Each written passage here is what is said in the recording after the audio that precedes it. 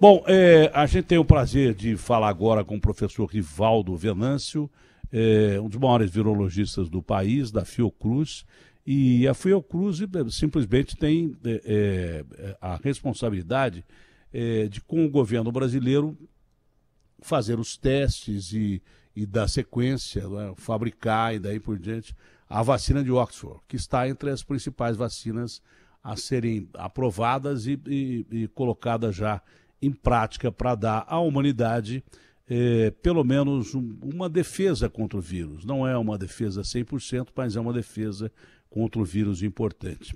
Professor, em primeiro lugar, bom dia, é um prazer tê-lo aqui. Bom dia, Datena e seus ouvintes, e novamente uma grande satisfação estar falando contigo e com todos os seus ouvintes, Datena.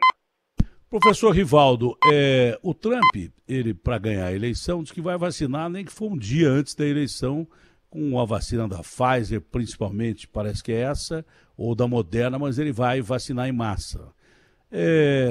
Isso é claro que o objetivo eleitoral, é óbvio que o objetivo eleitoral, no caso dele, se ele fizer isso. Mas eu não acredito que nenhum governante do mundo, nem ele, nem o Putin, não é? Que são lideranças parecidas. Um, em nome da democracia, faz tudo o que ele quer. O outro, em nome do regime fechado, do comunismo, que também a Rússia não é comunismo há muito tempo, é um comunismo disfarçado. E os Estados Unidos são realmente um país democrático, mas o presidente dos Estados Unidos de democracia entende menos do que nós todos no mundo. Acho que ele entende menos de democracia do que o Putin. Acho que foi o pior presidente da história americana em todos os sentidos, e para se eleger está fazendo de tudo. É uma imprudência você pensar em vacinar em massa se você não tiver condição de aprovação da vacina. O senhor acredita que é possível mesmo que esses caras comecem a vacinar, por exemplo, em outubro? A vacina de Oxford, já se fala na unidade europeia, que você possa começar a usar em novembro, por exemplo. O Putin quer vacinar até o dia 3 de novembro, quando começam as eleições. Aliás, o Trump. E o Putin quer vacinar em outubro. É possível vacinação em massa desse curto espaço de tempo? A vacina russa, por exemplo, apesar da publicação hoje na revista Lancet, ela está, acho que ainda na fase 2. É possível isso, pular esses estágios e começar essa vacinação antes do final do ano, doutor Rivaldo? Olha, veja bem, Datena, é muito complexo esse processo e, em princípio, não. A menos que ocorra, que esteja ocorrendo algumas outras observações sobre os resultados dos estudos que estão sendo realizados. Que a gente não sabe, né? Isso, que nós chamamos de fase 3, que os testes, que são os testes em larga escala, com dezenas de milhares de pessoas, de voluntários, em que um grupo recebe a vacina que está sendo avaliada e outro grupo recebe um produto que não tem ação alguma, que nós chamamos de placebo. A não ser que tenha algum resultado que ainda seja desconhecido por parte da comunidade científica mundial, dificilmente haveria condições para, em 2 meses praticamente, né, mês de setembro inteiro e o mês de outubro, concluir esse estudo de fase 3, um recorte dele. Só um parênteses, normalmente esses estudos de fase 3 têm a duração de pelo menos 1 ano.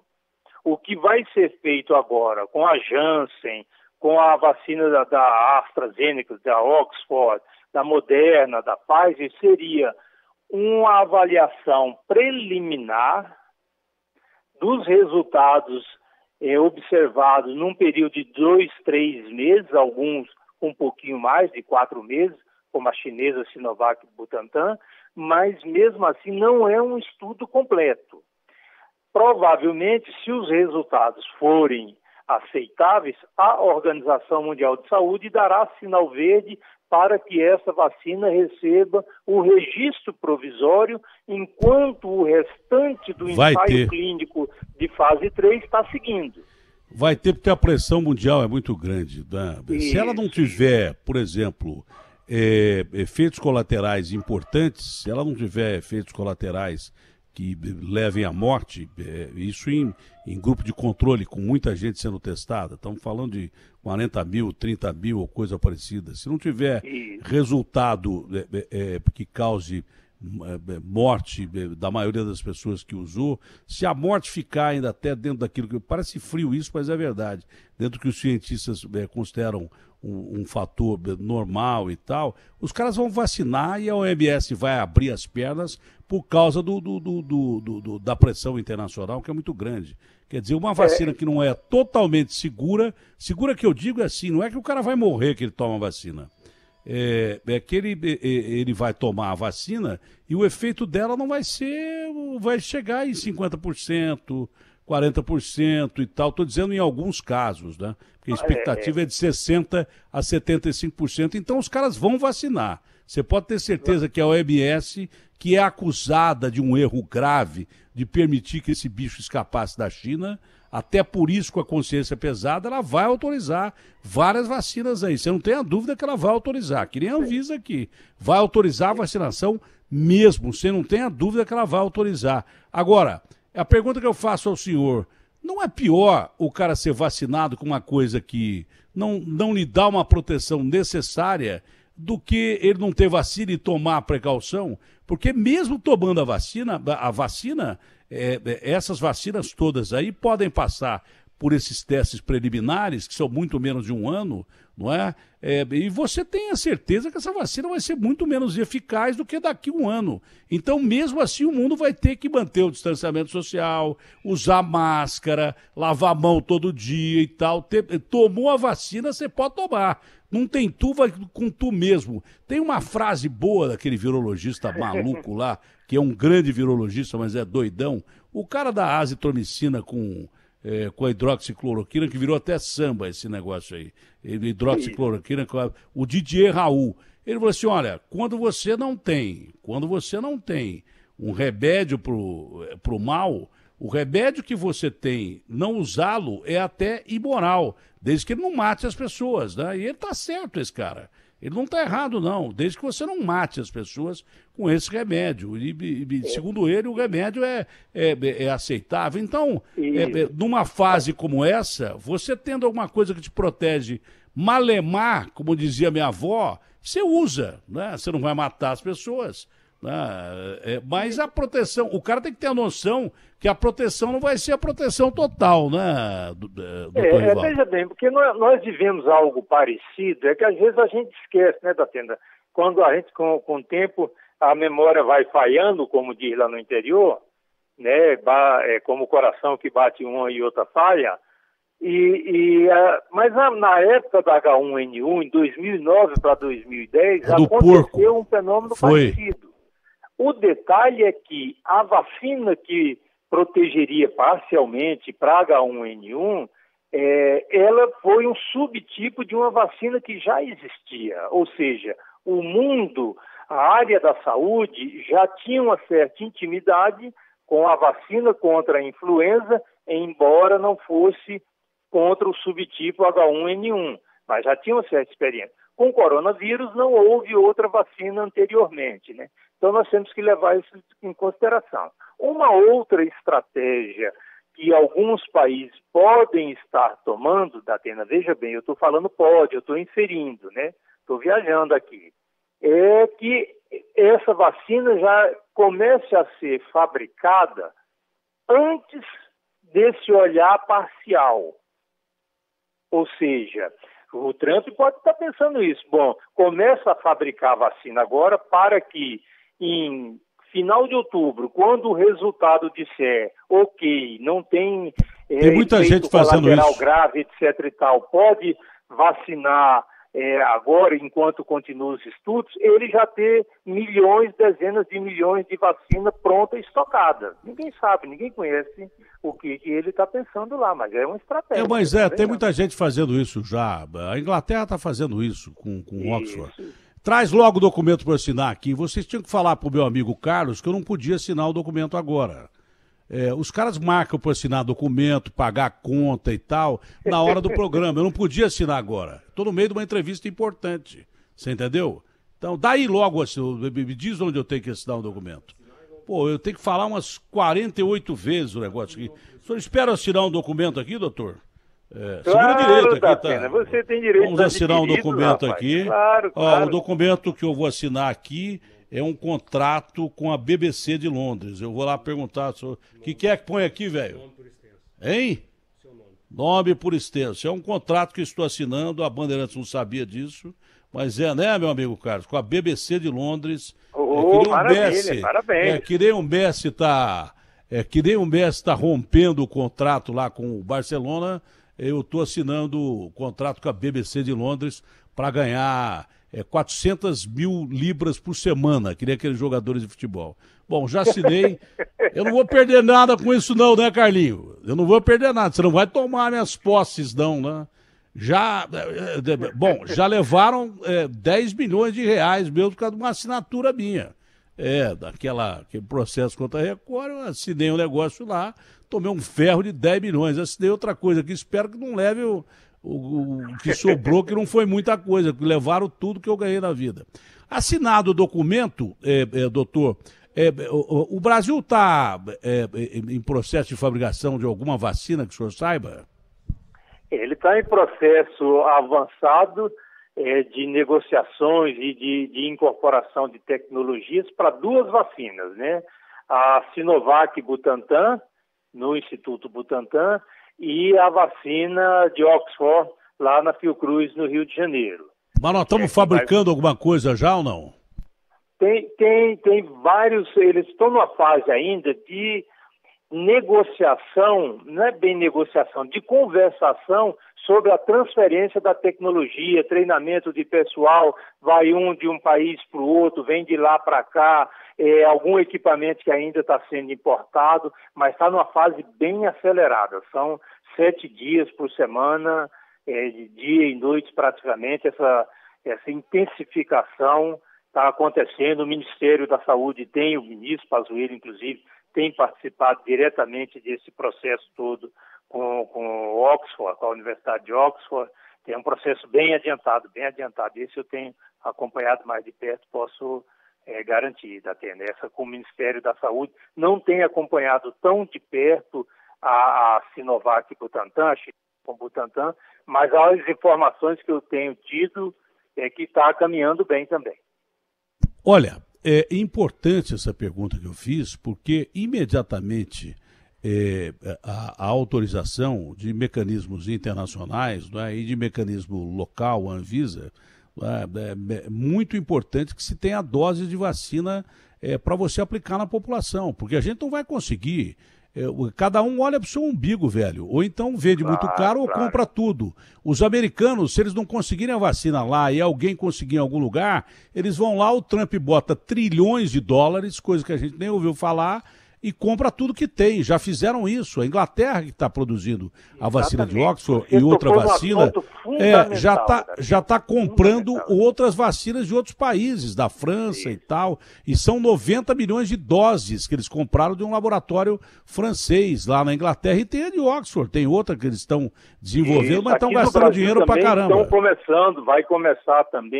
começar estudos com a vacina da Janssen, que é outro laboratório, vai entrar em fase 3 no Brasil também, muito bom. O laboratório tem larguíssima experiência no mundo, né, nessa área de biotecnologia, de imunologia.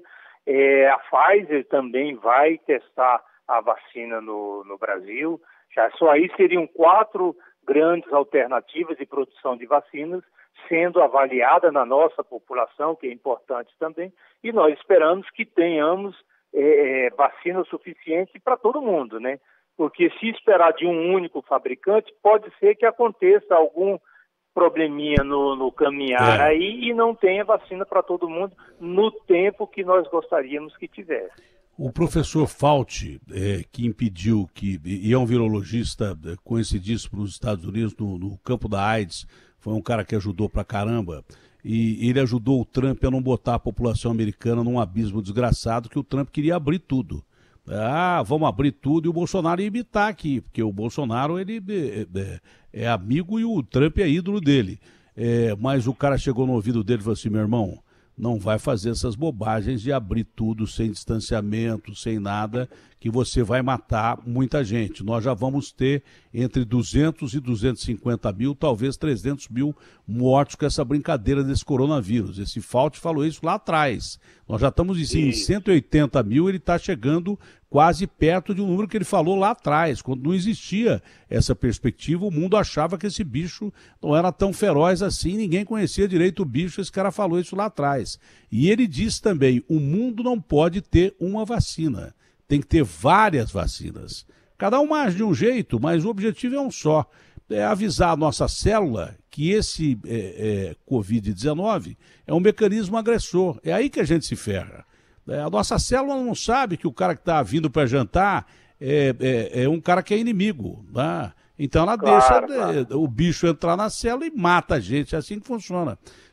A vacina nada mais é do que avisar a nossa célula, ó, esse cara aí é bandido. Ou então, que nem a vacina russa, que você pega o adenovírus, que é de vírus de gripe comum, põe esse vírus aí em cima dele, mas a nossa célula não reconhece a Covid como inimigo, mas reconhece o adenovírus. Aí o vírus da Covid se ferra, é mais ou menos isso. Grosso modo, mesmo porque eu não sou virologista e nem tenho capacidade para ser virologista. Mas grosso modo é isso. Mas olhando de volta para o nosso umbigo, que tem 210 milhões de umbigos, né?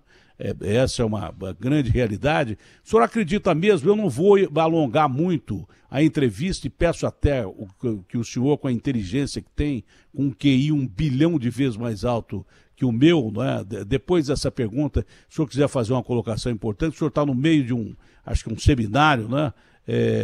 No Mato Grosso do Sul, interrompeu para nos atender, o que eu agradeço muito, mas se o senhor tiver alguma outra colocação a fazer, eu acho importante, mas uma pergunta que se faz necessária, é simples, lógica e objetiva. O senhor acha que realmente nós vamos ter possibilidade de vacinar em massa no Brasil a partir de quando?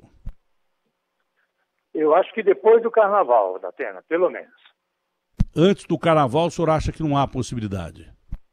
Acho difícil, mas aí é uma percepção individual, não tem acompanhado as negociações do ministro Pazuello com a Universidade de Oxford, porque uma alternativa que pode estar sendo conversada eu não tenho acesso, né?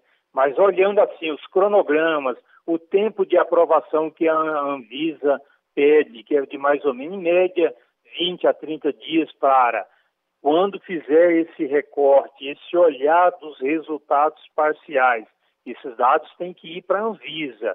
Tem um comitê independente internacional que normalmente avalia esses dados também.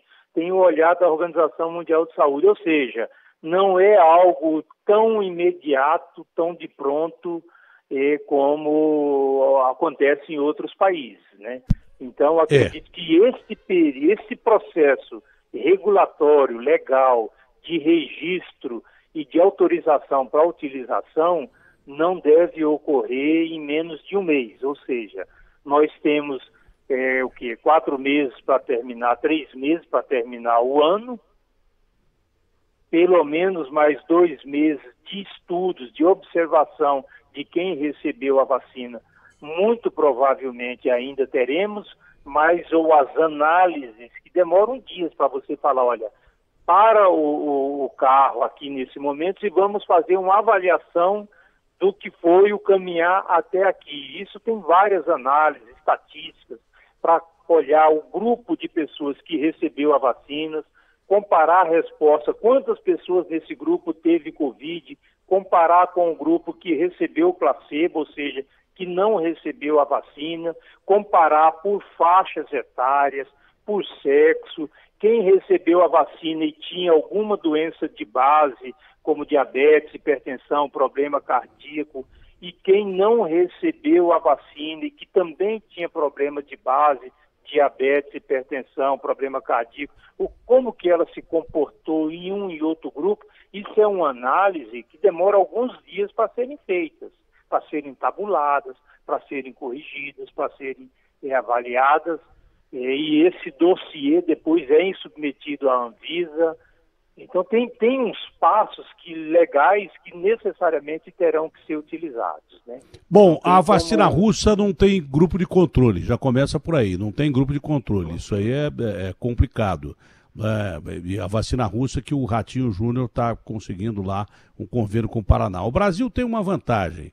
Apesar da gente não ter grana, a gente é um país emergente, não tem grana porque tem ladrão pra caramba aqui, pra caramba. Senão teria muito mais dinheiro, o Brasil teria muito mais dinheiro se não tivesse tanto ladrão como tem aqui no Brasil, né? E agora que estão acabando com a Lava Jato, vai ter mais ladrão ainda. Foi pego até um cara dentro da sua organização, da Fiocruz, que nós ficamos espantados aqui. Então tem ladrão para tudo quanto é lado, né? No jornalismo, tem ladrão no futebol, tem ladrão em tudo quanto é profissão. Para não dizer que eu estou dizendo profissão dos outros, tem ladrão em tudo quanto é profissão. É por isso que o Brasil não é um país rico. Mas nós temos uma vantagem. Como nós somos o segundo país em número de afetados e mortos, de contaminados e mortos, a gente é um campo excepcional para os caras fazerem testes. É isso mesmo, nós somos um país cobaia para esses caras, é um país de microclimas diferentes, é um país continental, tem gente pra caramba e daí por diante. Então aqui, esses países de fora estão aceitando esse convênio porque nós somos o local ideal para você fazer teste. Não tem local tão bom para fazer teste como no Brasil, nesse momento, né? E um país aberto a qualquer tipo de governo, inclusive a Rússia. Então, partindo desse princípio, a gente leva uma vantagem em relação a outros países que não vão conseguir, países de terceiro mundo, que não vão conseguir essa vacina no tempo necessário para evitar uma hecatombe ou mortes importantes. Porque esse vírus, ele contamina, não é uma nacionalidade, ele contamina o país. E você tendo um gigante como o Brasil contaminado, ou um gigante como a África, que tem um sistema hospitalar muito ruim, contaminado, você está ferrado, porque o vírus continua circulando pelo mundo. Já era, não é? Porque o grande lance é que nós levamos o vírus para outras pessoas. O ser humano leva o vírus. Ele não escolhe credo, raça, nacionalidade, nem nada. Ele vai sendo espalhado pelo ser humano. Se tiver um cara contaminado no mundo, a doença não pode ser considerada acabada, porque esse cara pode sair e o caso começou com um cara só. Então o Brasil leva essa vantagem.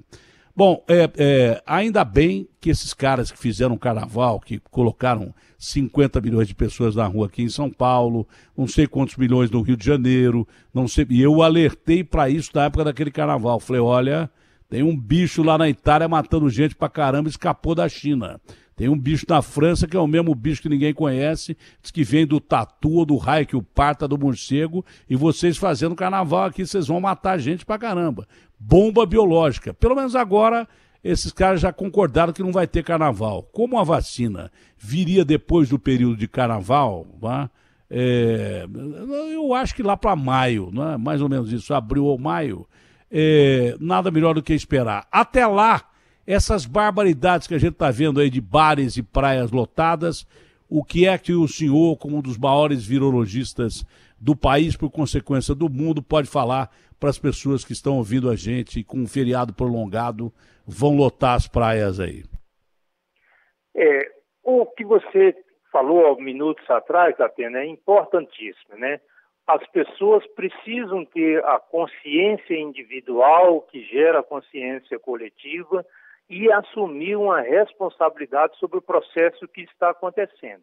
Quando pessoas, e muitas delas esclarecidas, que têm as informações ao alcance da mão, ou dos olhos, ou dos ouvidos, né, e não se comportam de acordo com as informações que têm, é extremamente preocupante. Você lembrava praias do Rio de Janeiro no final de semana passado, superlotados, praias em outros lugares do Brasil, enfim, aí o litoral de São Paulo, imagino que nesse feriado, ao que tudo indica, também tende a ter, a exemplo de anos anteriores, um fluxo muito grande de pessoas se dirigindo.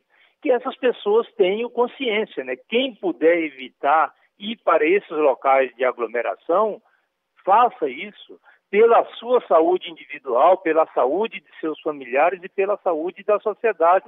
O problema não está superado, está longe de ser superado. embora o Brasil tenha reduzido um pouco a velocidade no número de casos e a velocidade no número de mortes, nós ainda estamos num patamar muito elevado.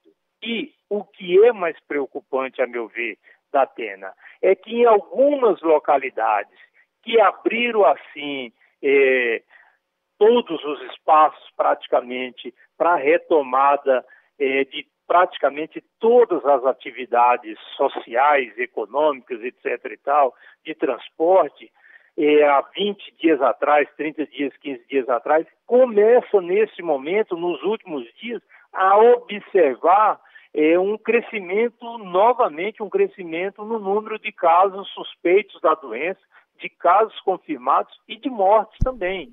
Só para encerrar, que eu não quero...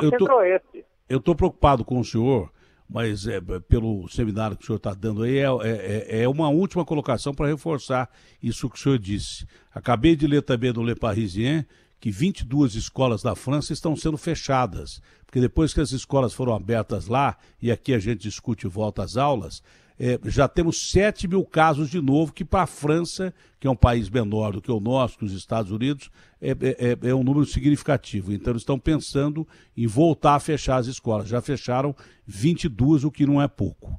Então temos que ter cuidado.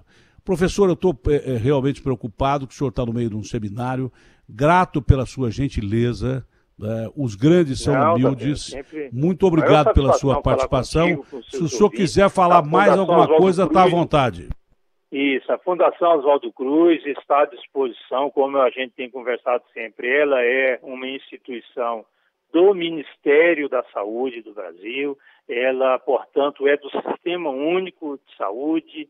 E estamos à disposição da sociedade brasileira no que depender dos trabalhadores da Fiocruz, que boa parte dessa área da vacina está praticamente 100% dos trabalhadores trabalhando em 3 turnos, então o pessoal está rodando os turnos, não tem parado ali, para não deixar faltar as outras vacinas que nós temos que continuar vacinando, sarampo, etc., febre amarela, enfim, todas as outras vacinas que nós fabricamos, os diagnósticos que nós temos que produzir, os kits para diagnóstico, enfim, na medida de nossas limitações, evidentemente, mas atender a um clamor que a sociedade, uma dificuldade que o país como um todo vive nesse momento e que nós também vivemos essa dificuldade, nós também vivemos as nossas apreensões, nós também estamos adoecendo pela Covid, como eu já contei da outra vez que eu já tive a Covid também,